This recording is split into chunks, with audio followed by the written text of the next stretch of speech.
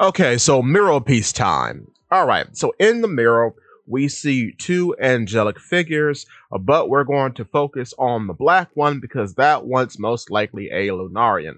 So I don't know if I'm going to take that stick figure seriously, but if we were to take it seriously, right? If we were to take that one for how it looks right now, out of all the Lunarian characters that we have, the only one who is wearing a dress or a long shirt or what have you is S Snake. I could believe S Snake is probably going to be the most important because she got a lot of coverage during the Egghead arc. So I could see if there was ever a Seraphim to defect and be on the team of Nika to be on Luffy's team, I could see it being S Snake because it parallels very nicely with Hancock because she was the first one to be smitten with Luffy anyway. And then, of course, then we have Jinbei who became a Straw Hat. So, if there ever had to be a Lunarian that was on Luffy's side, I would think it would be S Snake.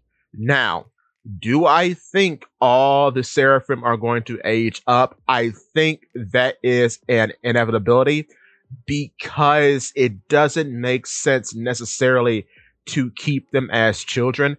I think the battle data that they are collecting is going to shape and mold them and turn them into different characters from their warlord counterparts. S Snake could be mostly unchanged from Boa Hancock, but at the same time, that seems kind of superfluous.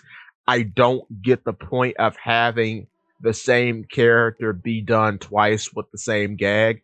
So I could see her still being infatuated with Luffy, but maybe over time, it's not so much of a schoolgirl crush that then develops in a romantic obsession, but maybe she sees him as a father figure or something like that and will do anything for him out of loyalty because of the impression that he gave her when she was a child. Now, I don't know how these guys will be aged up.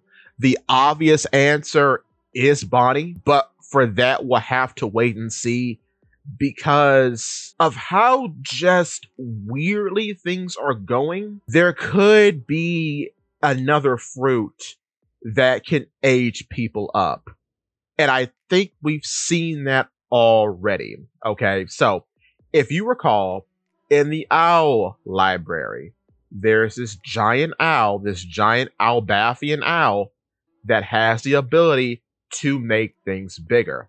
So I think perhaps in accordance with him being a fun reference to the more fruit that the non-canon character Burndy World has, perhaps, just perhaps, this fruit, which is called the Grow fruit, held by Biblo, perhaps that fruit can actually age characters up or age biological organisms up. That's the play, I think, because he's called a nurturing owl and it means to raise up. So I would only think an Iku, because the fruit's called the Iku Ikunomi, which means rearing, nurture, cultivation, and that could mean of children of animals or plants. So how else do you raise children but to help them to grow? So if there was ever an alternative to making the Seraphim become older, I could see it being this owl. I don't know if any of them are coming to Elbath as backup for the two Holy Knights that are there already, but it is something to think about. So to wrap everything up, I could see the Lunarian depicted in the mural ending up being S Snake. I also think that a lot of the Seraphim aren't going to keep their code names as their normal names. They're going to get other names. That just doesn't seem like Oda to have these actual growing characters be marked down as machines when they're clearly not. For example, Kuma's name isn't PX0, it's Bartholomew Kuma. But with that being said, give me your thoughts and tell your friends about Polypede. What's it?